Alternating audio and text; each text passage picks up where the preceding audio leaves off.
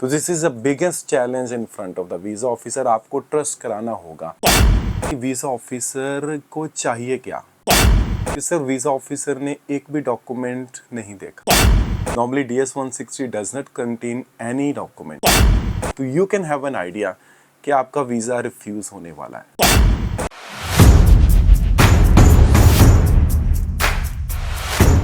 Hello everyone.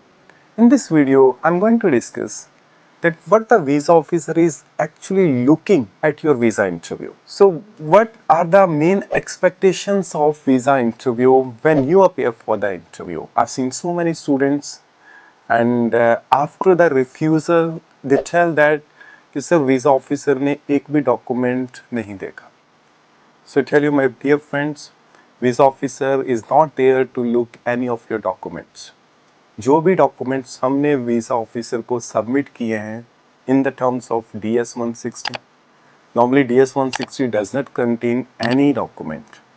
It is a form which is designed by the US Embassy to get all the information of yours so that that information is passed to the visa officer.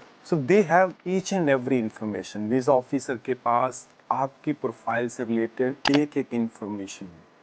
So, उनको इस information के अलावा और कोई भी document नहीं चाहिए decision बनाने के लिए कि आपको वीज़ा अप्रूव करना है या फिर आपका वीज़ा रिफ्यूज़ करना है. अब यहाँ पे क्वेश्चन ये आता है कि वीज़ा ऑफिसर को चाहिए क्या, कौन सी ऐसी चीज़ें हैं जिन चीज़ों के चलते वो आपको वीज़ा अप्रूव कर सकता है या फिर आपका वीज़ा रिफ्यूज़ कर सकता है.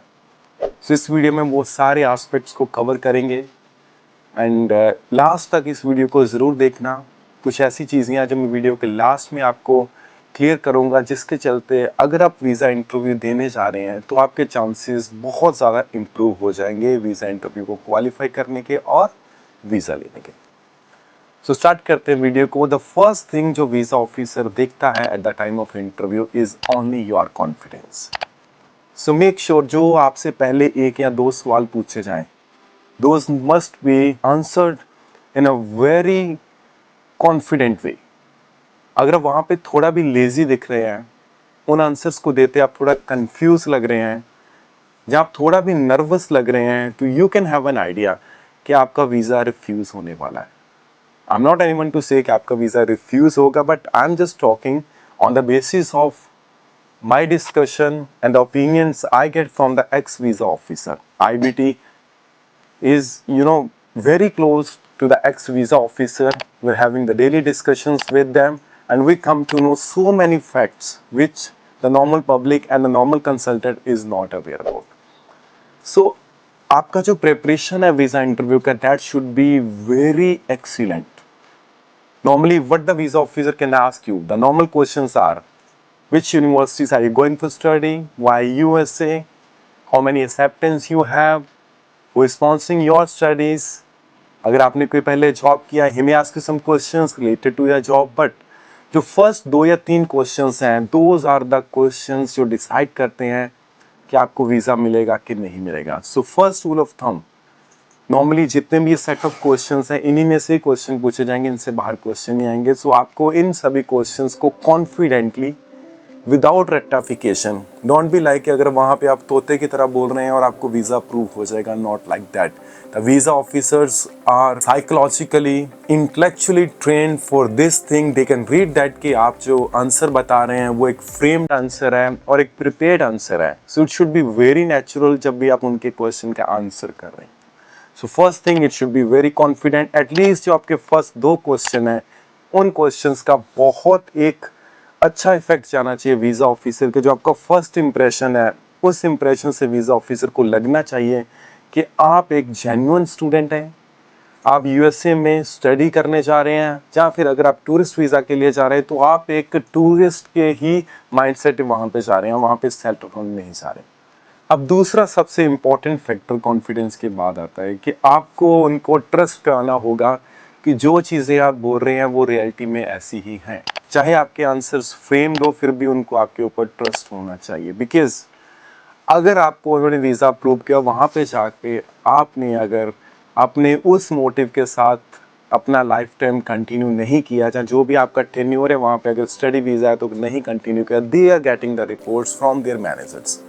because visa officers are again supervised by the embassy, so they get all the reports कि कितने स्टूडेंट्स को इन्होंने वीज़ा अप्रूव किया और कितने स्टूडेंट ने वहाँ पे अपना स्टेटस चेंज किया। नॉर्मली चेंज ऑफ स्टेटस हमारा असाइलम के बेस से होता है, या फिर अगर आप टूरिस्ट जा रहे हैं तो आप एज अ टूरिस्ट नहीं रहते, वहाँ पे आप प्रॉपर्ली सेट हो जाते हैं। तो this is the biggest challenge in front of the visa officer, आपको ट्रस्ट कराना होगा और जो आपके आंसर्स हैं वो बहुत एक्यूरेट होने चाहिए। बहुत सारे ऐसे क्वेश्चंस हमने देखे हैं जो DS 160 में येस और नो के तरीके से होते हैं, जैसे for example have you been refuse from USA। So अगर इस क्वेश्चन का आंसर पूछते हैं तो you should not only tell yes, you can say that no visa officer, I have not been refused, even I have not appeared for the interview earlier.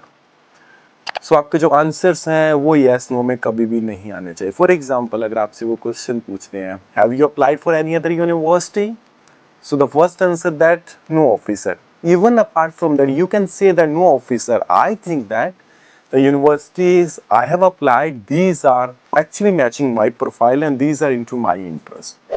So आपके जो answers हैं वो answers बड़े confidence से आने चाहिए, वो answers आपके एक्सप्लेनेटरी फॉर्म में आना चाहिए, बिकॉज जो भी प्रोफाइल आप अपने साथ में लेके गए हो, जो आपने DS 160 फिल किया है, उसके बेसिस के ऊपर वीजा ऑफिसर एक डिसीजन बना सकता है बिना आपके इंटरव्यू दिए। पर फिर भी यूएसए इंटरव्यू कंडक्ट करता है बिकॉज वो वीजा ऑफिसर के माध्यम से आपकी इंटेंशंस के ऊपर ट्रस्ट करना चाहते हैं कि आपका सच में इंटेंट है वहां पे पढ़ने का कि नहीं, कि आपके पेरेंट्स सच में आपको स्पॉन्सर कर रहे हैं कि नहीं कर रहे हैं, कि आपको सच में इस कोर्स का कोई अल्टीमेट बेनिफिट होने वाला है कि नहीं। सो जो चीज़ें हमने DS 160 में फिल की हैं वो सारी चीज़ें ही ऑलमोस्ट वीज़ा ऑफिसर उसी सारी चीज़ों में से ही आपसे सवाल पूछते हैं। सो मेक श्योर एक तो DS 160 को हम थॉरली एंड प्रॉपरली फिल करें, बहुत लंबे चौड़े रिमार्क्स उसमें ना डालें, ताकि वीज़ा ऑफिसर जब भी आपका DS 160 फॉर्म देख रहा हो तो उसको ईजीनेस हो। हमने देखा बहुत सारे स्टूडेंट लंबे लंबे सेंटेंसेस लिख देते हैं, इवन पैराग्राफ्स लिखे होते हैं स्टूडेंट्स के रिमार्क्स में। सो ये सारे क्वेश्चंस वो आपसे वीज़ा ऑफिसर अपने आप पूछ लेगा, आपकी स्टडीज से रिलेटेड, आपके फंडिंग से रिलेटेड, आपके एक्सपीरियंस से रिलेटेड, आपको इस कोर्स से होने वाले बेनिफिट्स रिलेटेड, ये सारे क्वेश्चंस वीज़ा ऑफिसर आपसे पूछ लेगा। सो मोटा मोटा अगर बात करें तो वीज़ा ऑफिसर आपकी इंटेंशन के ऊपर ट्रस्ट करे, आपको ऐसे आंसर्स देने हैं, आपका जो भी आंसर्स हैं वो DS 160 के साथ मैच होने चाहिए, बिकॉज वही एक फॉर्म है जिसके थ्रू वो असेस करता है कि आपको वीज़ा अप्रूव होना है कि नहीं होना है। सो बड़े कॉन्फिडेंस के साथ हम इंटरव्यू में जाएं, जो भी आंसर्स दें वो सारे आंसर्स हमारे थॉरली एक्सप्लेन आंसर्स हो, वन लाइन सेंटेंसिंग या शॉर्ट सेंटेंसिंग या यस नो में आपके कोई भी आंसर्स नहीं आने चाहिए। आपको विश्वास दिलाना है वीज़ा ऑफिसर को कि हाँ आपका मोटिव वहाँ पे सही है जिस मोटिव से आप अब इंटरव्यू के लिए आए। Thank you so much.